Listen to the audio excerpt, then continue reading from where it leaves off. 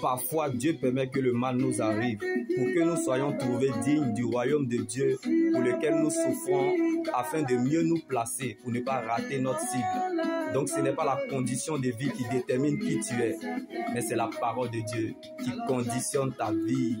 Comme le premier Adam est une âme vivante, le dernier Adam est un esprit vivifiant.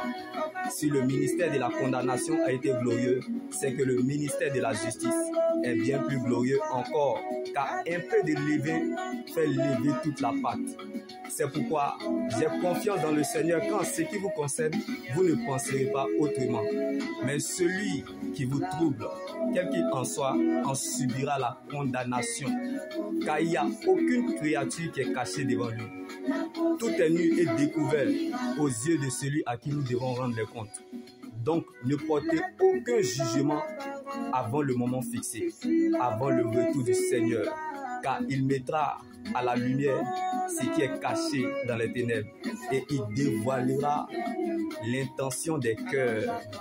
Et chacun recevra alors de Dieu la louange qui lui revient, car le péché des lèvres prend l'homme mauvais au piège, tandis que le juste peut sortir de la détresse, comme plusieurs ont perdu la visitation de Dieu, parce qu'ils refusent de perdre leur confort, leur honneur, leur raison ou leur dignité pour suivre Jésus.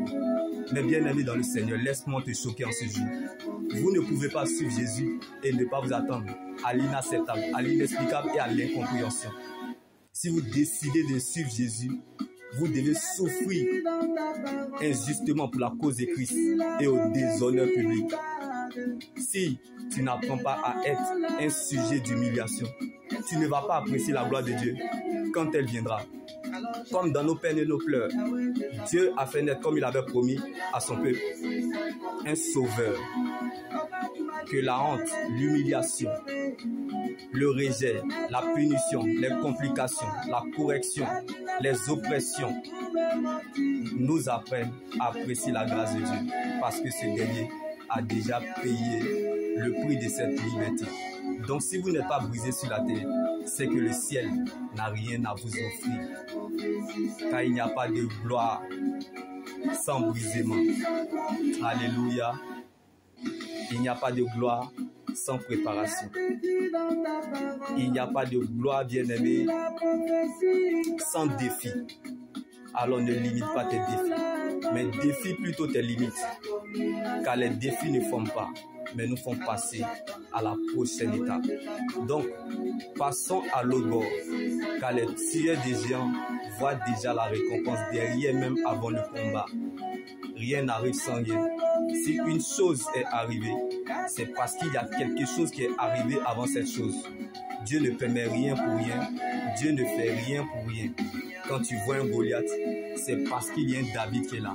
Avant même que Goliath n'arrive, Dieu avait déjà prévu David. Donc la grandeur ne surprend pas les grands. Tu es la preuve de Dieu dans cette épreuve, le David de cette situation. Si cette situation refuse d'entendre le langage humain, elle entendra le langage divin. Que les gens veuillent ou pas, la bénédiction repose sur vous, comme Jésus dormait pendant la tempête. Dieu ne t'a pas emmené si loin, comme les disciples pendant la tempête. Même si tu ne veux plus croire, le ciel croira à ta place. Shalom.